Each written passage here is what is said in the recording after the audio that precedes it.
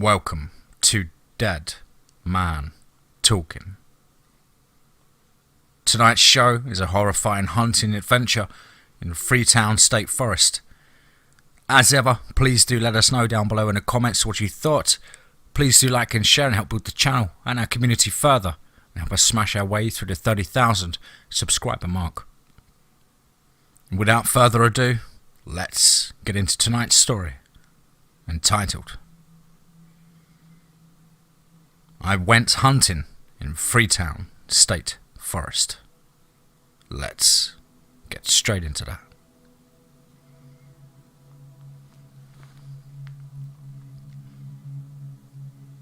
I'm sure many of you have heard about the Bridgewater Triangle and the Freetown State Forest.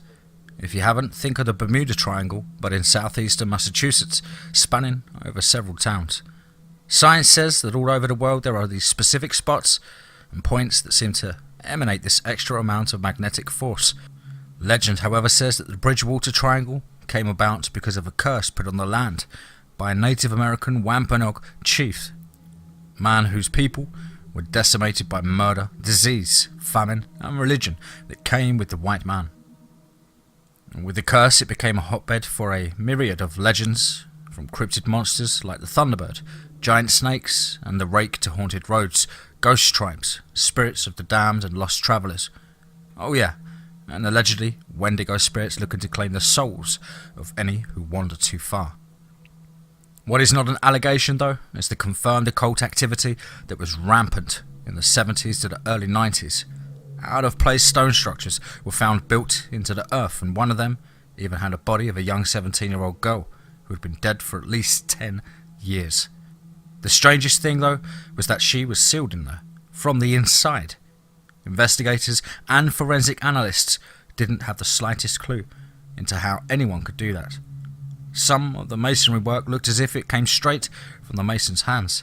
Since then, however, people claim to see all sorts of things in that place. And frankly, I don't care if you believe me or not. That's not up to me. I just want to tell this story. To make matters shorter, I'll get right into it. My interest in hunting came from my dad, but we never actually got to do it. He passed away a few years ago, and in his honour, I got my hunting licence. Now, I could bag all the 10-point bucks in New England, or so I thought. I decided on my first expedition to be in the Freetown State Forest, since it was so close to where I grew up. I'm from the city next to Freetown, called New Bedford, so this made it a lot easier for me to plan this out. I took one day to scout out some locations, put up a couple of trail cams, and visit the site of the last Native American chieftain of his tribe, Profile Rock. Some people say when the sun is going down and it hits that point where the trees are no longer showered in that golden love, that you can see him sitting on the rock and can hear the drumming of his people get louder and louder until it sounds like it's in your head. I got to the forest parking lot right when it opened and talked to the ranger on duty at the station. I told him I was planning on a hunting trip, and he looked oddly surprised. I figured this would have been a common occurrence, but he leaned in and said this. "You want to go hunting? In there? For what? There's nothing but myths, moths, and spiders. What do you expect to kill?" "No, it's alright. Don't tell me. I do have to warn you this though, young man. 6 weeks ago, almost to the day, a father and his 2 sons were in these woods hunting. They'd gone way off the path and into the wetlands in the eastern side. The 2 boys hiked 5 miles to the ranger station and waited 8 hours for me to show up. The younger boy explained what happened, but the older one had something different about him. It was like he wasn't there and he was just part of the background. He didn't take his eyes off his brother while he spoke. The young one, I think named Scott, had told me that something grabbed his dad and ran off with him, while his older brother had stopped to relieve himself. A couple of hours later, they had come across an old cemetery, made a fire, but someone, or something, didn't like it.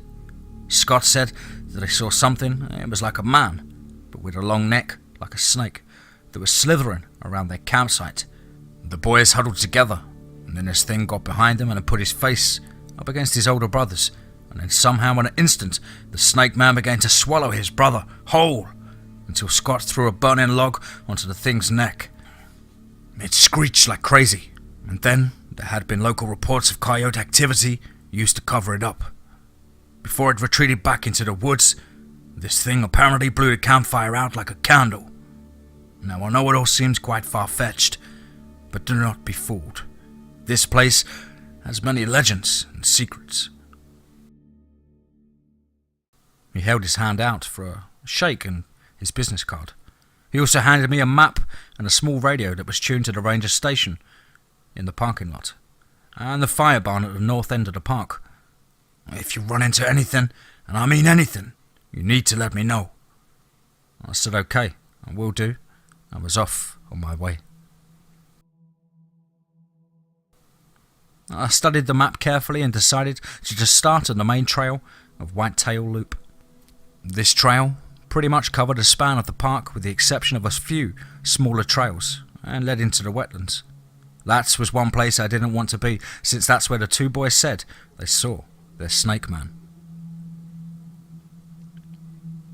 It was only 7 a.m. when I began my trek through the woods, and immediately I felt something was seriously off. I had this strange sensation that someone was following me, step for step. Every time I took a step forward, I heard my footfall, and then another step behind me, like I was being mimicked. I whipped around and pulled out the Beretta my dad gave me from when he was in the Navy. No one was there. Nothing. Just the trees swaying in the slight cool breeze of this late fall morning. I started back down the path again for at least another hour or so, just taking in the beauty of Mother Nature's voice and figure. The birds singing their songs, the slight crunching of the leaves of small woodland creatures scurrying across the ground, and the warm glow of their radiant smile. I had completely forgotten why I was here in the first place, to hunt.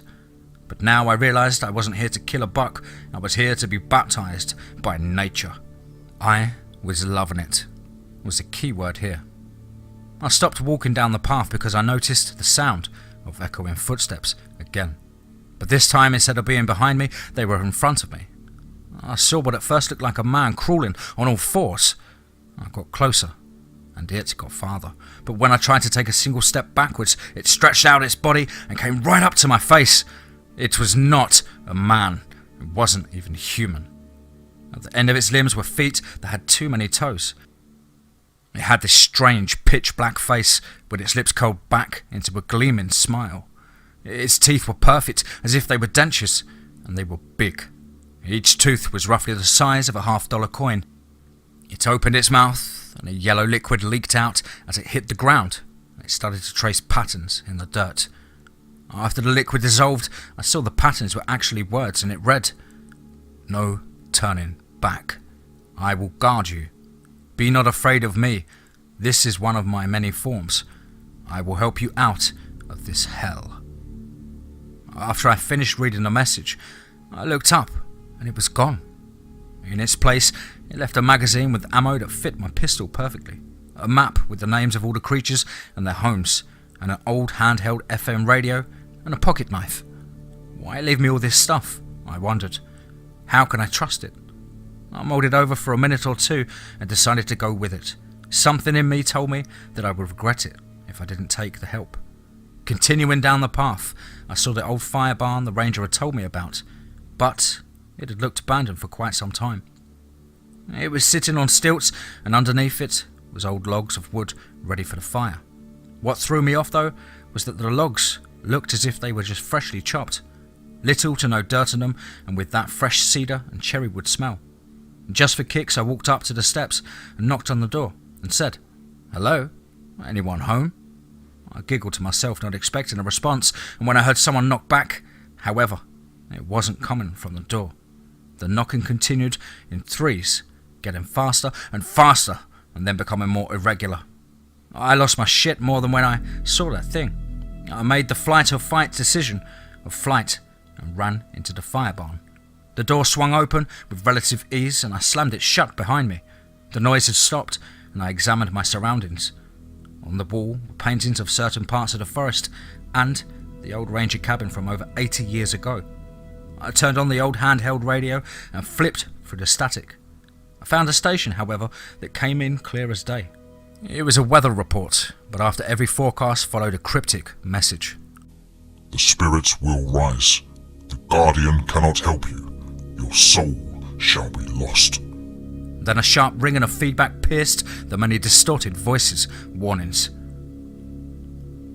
I took about 15 minutes of rest to get my bearings and plot my next trek.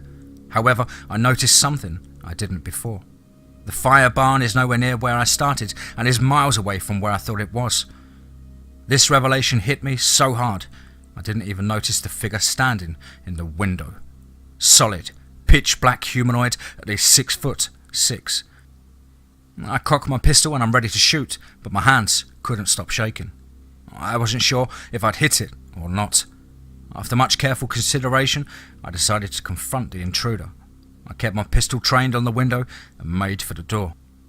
My hand hit the knob, and on the imaginary count of 3, I ripped it open and rushed outside. Whatever it was had left me alone. I relaxed for a second, and then my fear and anxiety hit the roof as I saw the bright full morning somehow become the darkest of nights. There weren't any sounds coming from the woods. All I could feel were the eyes of wandering souls watch me enter their world. Guns shaking in my hands, I pulled out my flashlight and began to make my way back onto the trail. I continued my march with extreme caution, careful not to trip on any roots or rocks. I was hearing the footsteps again and felt relieved that the guardian was back. I took a deep exhale and turned around to greet it. What was standing there threw my mind for a loop. It was a man dressed in regular street clothes, all except for a neck stretched out so far above the trees his head disappeared into the dark tree tops. I was paralyzed in awesome fear, not because of the neck, but because I could feel someone breathing on my ear and jaws gently and slowly clamping down on my neck. A high-pitched shriek came far off in the distance, as if it came from a small child or woman. The creature disengaged its teethy grasp, and quicker than I could blink, it slithered off into the direction of the scream. Something in me told me to run after it. What if someone was hurt? I had to do something. I sprinted as fast as I could until my light caught something dart out from behind a tree. It was the guardian. It stood on 2 legs this time, and without moving its mouth said, "It is a trap. It saw your heart. It knows your help." Heeding the earlier message of listening to the guardian, I lowered my weapon and it pointed me back to the direction of the trail. It started walking with me and it began to tell a story. "I used to be a man, long time ago. I protected these woods. People came, killed my family, sacrificed my children, damned my soul to this body. Hard to remember, getting harder.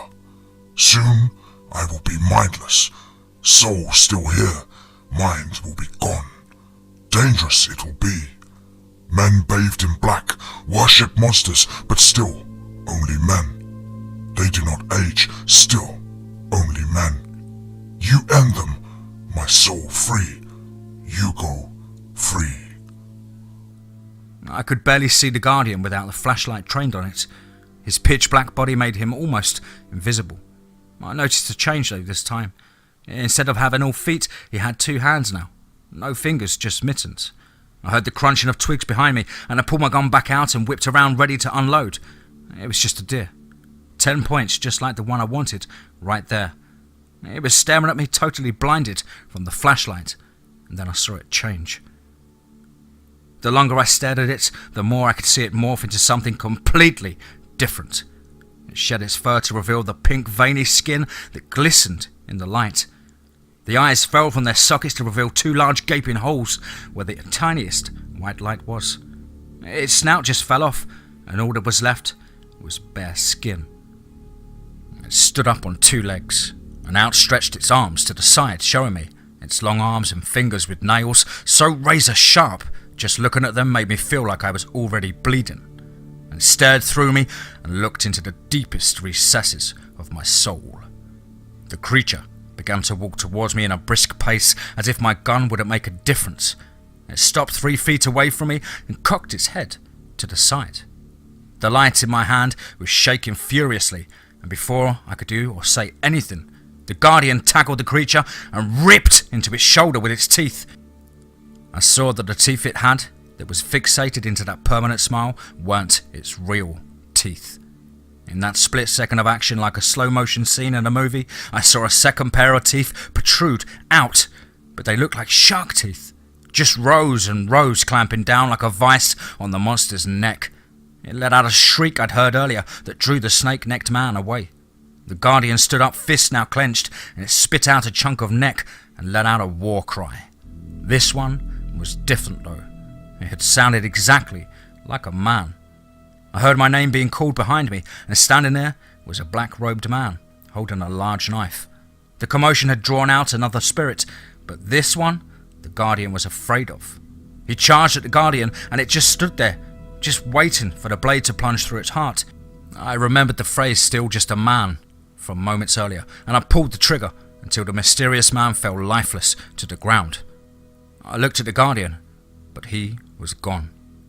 Fuck. I was alone again. I removed his robe and inspected my shooting. I didn't even register that I'd killed someone. Nothing clicked to me at all, just stone-faced, looking at him. This guy had tattoos all over him, some in black ink, some were brands from an iron, and some were carved into him down to the bone. I had come to the conclusion that this guy was ready to die, and somehow knew he was going to. Despite the hold-up, I started down my path again, ready for anything now. I pretty much forgot about the radio the ranger had given me earlier that morning.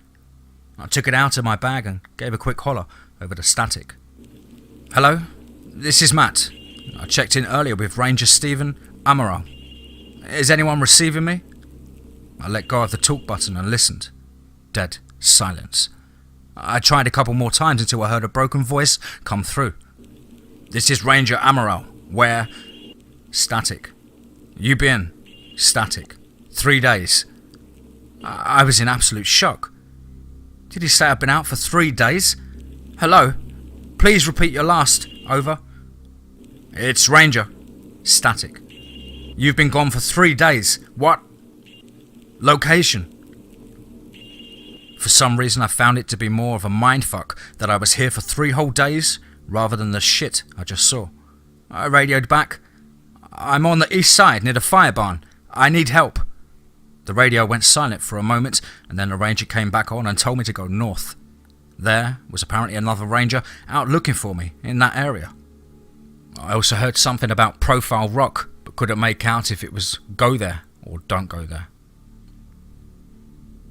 I found another trail that was connected to the main loop heading north. The only problem with this trail through was that it went right by Profile Rock. My brain battled with itself to figure out if I should head there or not. I was torn. Something in me wanted to go as if I knew there would be someone waiting for me. But what if there wasn't? What if the only thing there was is more robed men? Screw it. I made up my mind and headed on the trail towards the rock. There was a small pond not even 10 feet from the rock that was fed by an underwater spring, which a lot of people believe is the source of all of this. This time, I was ready for what was to come next. I moved along the path slow and smooth, being sure not to be caught off guard by whatever wanted to try me. I came into a clearing in the woods, so big I didn't even know it was on the map. Out of nowhere, I heard a screech that was like nails on a chalkboard. The sky opened up and began to pour buckets. Thunder boomed right over my head, and cracks of lightning broke the sky. In a few flashes that seemed to last an eternity, the outline of a giant bird tattooed the sky. It circled above me, and every time its wings flapped, I could feel the rush of air from the claps of thunder. While standing in awe of the mythical Thunderbird, something in my gut told me that I was being stalked. I turned around and saw 5 tall silhouettes moving towards me, crouched and cautiously. Cracks of lightning lit up the scene around me. More of those tall, pale creatures were surrounding me, and I could see more moving through the woods behind them. I sprinted down the trail towards the rock when the rain stopped and the drums started to play off in the distance. I ran towards the sound of them trying to shake my pursuers, weaving in and out of the trees, and I could hear and feel them right on my heels. I dug deeper and ran so hard my lungs felt as if they were just caught fire. Out of my corner of my eye, I could see something trying to match my speed, but on all fours. The Guardian had found me again and was a couple of steps behind me, keeping my pace. However, this time something was off about him. He was weaving back and forth behind me, as if to confuse the creatures chasing us. Then, faster than I could blink, he stopped and stood there. I turned around and stopped to look at it. It looked back at me and then let out a roar unlike anything I've ever heard, and started fighting the creatures. I ran back and fired off a few shots into the horde. Only a couple fell, but more were coming. I turned around and screamed, "Go! Follow the voices!" I stood in awe as the protector that helped me so much was brought down to one knee. Still fighting back, he ripped two of the creatures in half, the long way, and started beating the others back with an arm he tore off. Feeling helpless, I just ran towards the direction the drums were coming from. I hit a path with a different feel to it. The path was all sand and rock, so I knew I was on the right way to Profile Rock. I came around a bend and saw something standing in the path. I stopped and raised my gun at them. "Who are you?" "I'll shoot!" Right as I was about to pull the trigger, I heard footsteps behind me. It was the Guardian, standing there like a bleeding statue. I could see the damage done. It was missing an arm, and chunks of its right leg were missing. It still kept its ghoulish, yet comforting, grin. I heard a voice say, "Come," and the figure standing in front of us raised its hand into a fist, and when I blinked, it was gone, as if it wasn't there at all. Silently, the Guardian hung his head and limped along. I walked up behind it and put its good arm around my neck and supported the mangled leg next to mine. Why? It asked me. "Because you've saved my life. I should be asking you why. I know for a fact that you're not allowed to protect everyone. All these things here, these lost souls are beyond saving. You know it, and so do I. I just don't understand why I haven't been lost to it yet." It looked at me, and even though its everlasting smile, I could see the disapproval in my answer.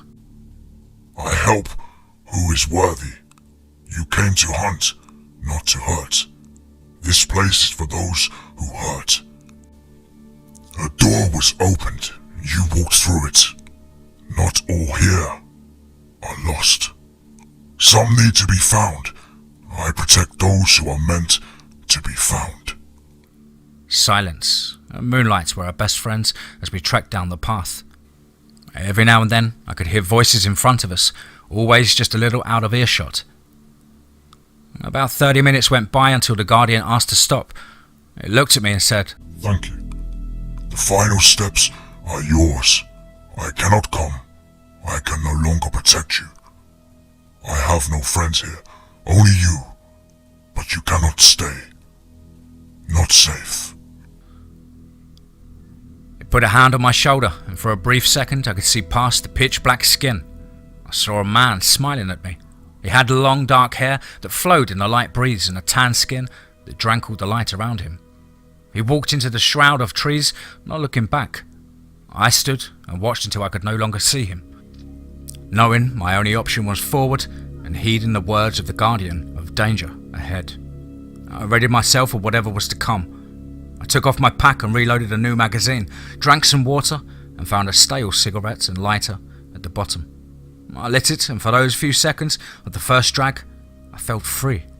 Free of this place, free of danger, and free of worry. I kept walking along until I saw the rock. The same dark figure was standing on top of it. At the foot of the rock was a small beachhead and a massive pond that seemed to glow. The ominous silhouette pointed to the sky as if on cue. Out of an ethereal plane came the Thunderbird, silently flying overhead, its wings pushing down this cool, thick breeze. While looking up and admiring the mythical bird, I heard a splash from behind me. I whipped around and the figure had jumped into the pond swimming around. They came closer and shape began to take form of this entity. It was a woman. She was dressed in some tribal garb, but was covered in the chest by this massive necklace of beads and bones. She came closer, then, as if she was in my head, began to speak to me. "You have come far to get here. You may go back now."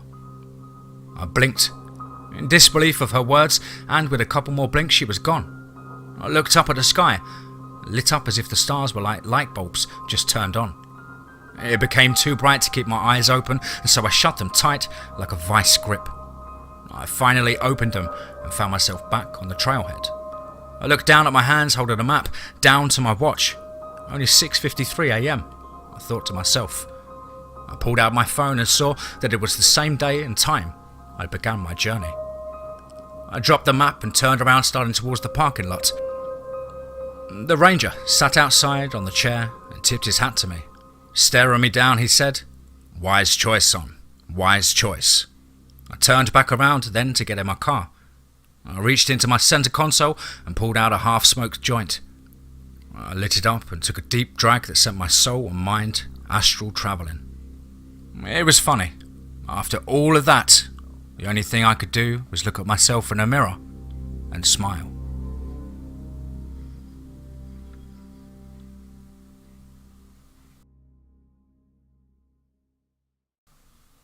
Wow, fantastic stuff, mcblaszies, the author there. Thank you ever so much for allowing me to narrate this on the show and share it with everybody here.